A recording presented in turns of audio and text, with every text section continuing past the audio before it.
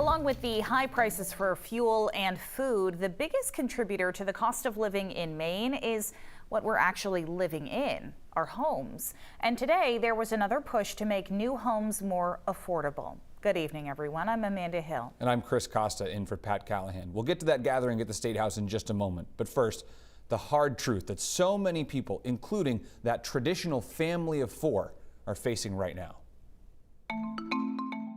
Let's start with trying to find a place to live for this family of four.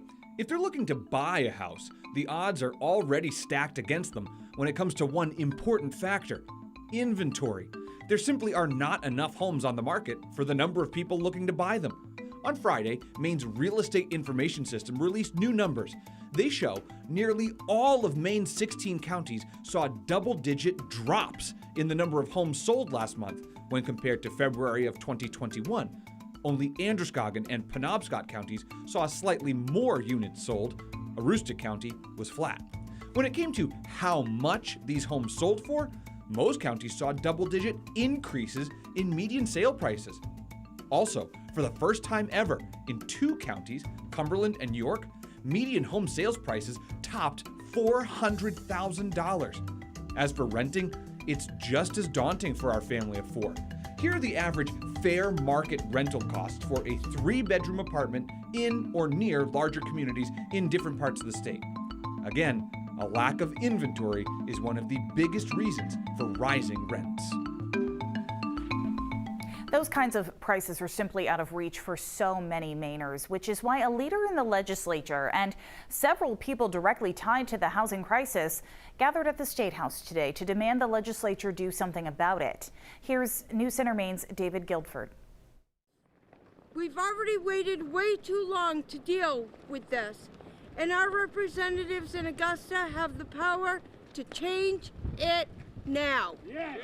Advocates for affordable housing met with legislators outside the State House Tuesday to try to push through a handful of bills aimed at addressing what they called a crisis. This crisis has been coming for a long time.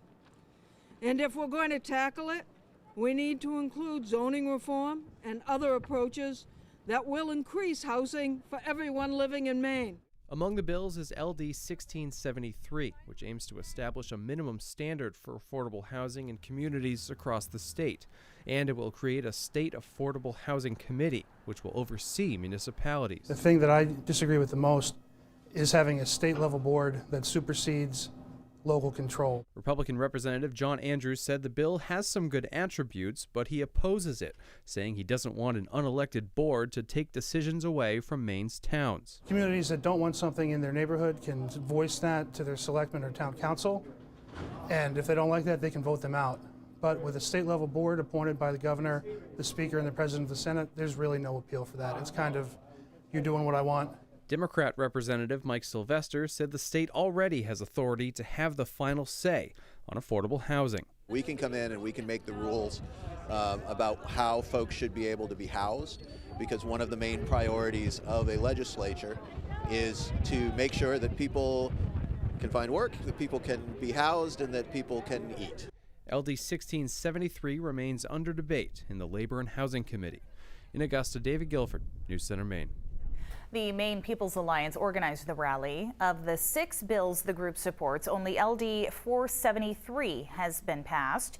Now, that would create a program for rental assistance and housing vouchers that would be guaranteed by the state. However, the bill is still awaiting funding from the Appropriations Committee.